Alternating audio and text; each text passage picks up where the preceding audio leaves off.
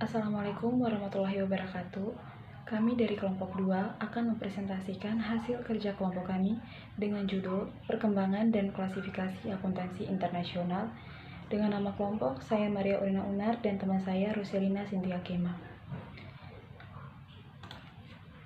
Akuntansi internasional adalah akuntansi untuk transaksi internasional, perbandingan prinsip akuntansi antar negara yang berbeda, dan harmonisasi berbagai standar akuntansi dalam bidang kewenangan pajak, auditing, dan bidang akuntansi lainnya. Akuntansi harus berkembang agar mampu memberikan informasi yang diperlukan dalam pengambilan keputusan di perusahaan pada setiap perusahaan lingkungan bisnis. Berikut ini karakteristik era ekonomi global. Yang pertama, bisnis internasional. Yang kedua, hilangnya batasan-batasan antar negara. Era ekonomi global sering sulit untuk mengidentifikasi negara asal suatu produk atau perusahaan. Hal ini terjadi pada perusahaan multinasional. Yang ketiga, ketergantungan pada perdagangan internasional. Ada 8 faktor yang mempengaruhi perkembangan akuntansi internasional. Yang pertama, sumber pendanaan. Di negara-negara dengan pasar ekuitas yang kuat, akuntansi memiliki fokus atas seberapa baik manajemen menjalankan perusahaan atau profitabilitas dan dirancang untuk membantu investor menganalisis arus kas, masa depan, dan risiko terkait. Yang kedua, sistem hukum. Dunia Barat memiliki 2 orientasi dasar, yaitu hukum kode dan hukum umum. Dalam negara-negara, hukum kode hukum merupakan satu kelompok lengkap yang mencakup ketentuan dan prosedur, sehingga aturan akuntansi digabungkan dalam hukum nasional dan cenderung sangat lengkap. Sebaliknya, hukum umum berkembang atas dasar kasus per kasus tanpa adanya usaha yang mencakup seluruh kasus dalam kode yang lengkap. Yang ketiga, perpajakan. Di kebanyakan negara, peraturan pajak secara efektif menentukan standar karena perusahaan harus mencatat pendapatan dan beban dalam akun mereka untuk mengklaim keperluan pajak. Yang keempat, ikatan politik dan ekonomi. Yang kelima, inflasi. Inflasi menyebabkan distorsi terhadap akuntansi biaya historis dan mempengaruhi kecenderungan suatu negara untuk menerapkan perubahan terhadap akun-akun perusahaan. Yang keenam, tingkat perkembangan ekonomi. Faktor ini mempengaruhi jenis transaksi usaha yang dilaksanakan dalam suatu perekonomian dan menentukan manakah yang paling utama. Klasifikasi akuntansi internasional.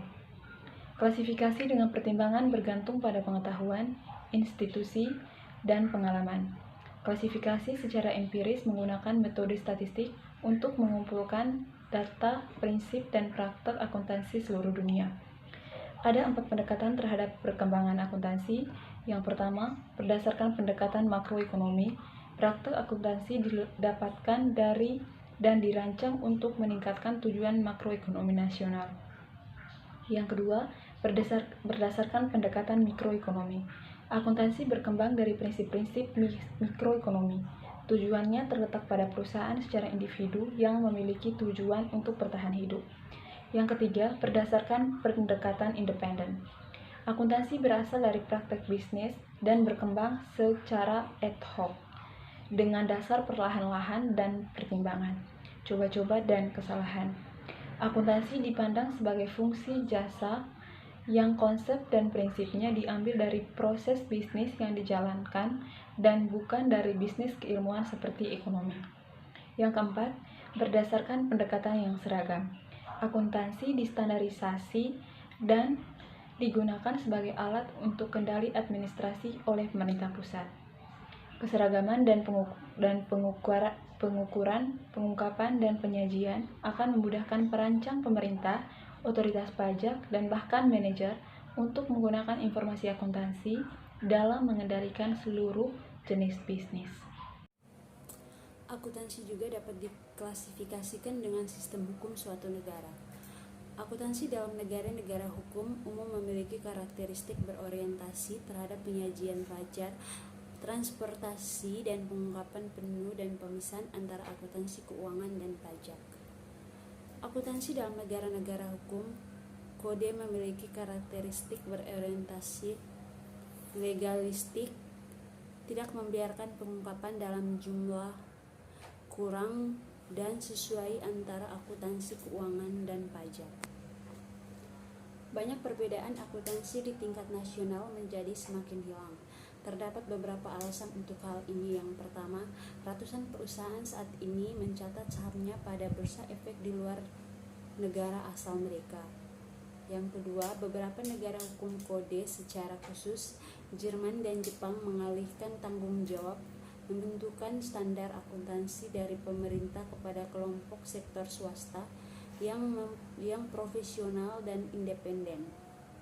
Yang ketiga, pentingnya pasar saham sebagai sumber pendanaan semakin tumbuh di seluruh Indonesia. Standar pelaporan keuangan internasional. Standar laporan keuangan internasional mencakup: yang pertama, peraturan standar laporan keuangan internasional dikeluarkan setelah tahun 2001. Yang kedua, peraturan standar akuntansi internasional dikeluarkan sebelum tahun 2001.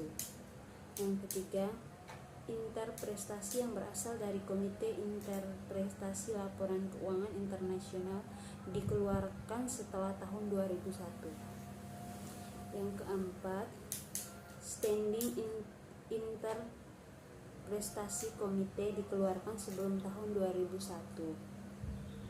Yang kelima, kerangka kerja untuk persiapan dan presentasi laporan keuangan. Kerangka kerja digunakan untuk persiapan dan presentasi laporan keuangan, menyampaikan prinsip-prinsip dasar IFRS. Kerangka kerja IASB dan FASB sedang dalam proses pembaharuan dan perangkuman. Proyek kerangka konseptual akuntansi di masa mendatang yang berbasis prinsip konsisten secara internal dan diterima secara internasional. Karena hal tersebut, IASB dan FASB Amerika Serikat melaksanakan proyek secara bersama.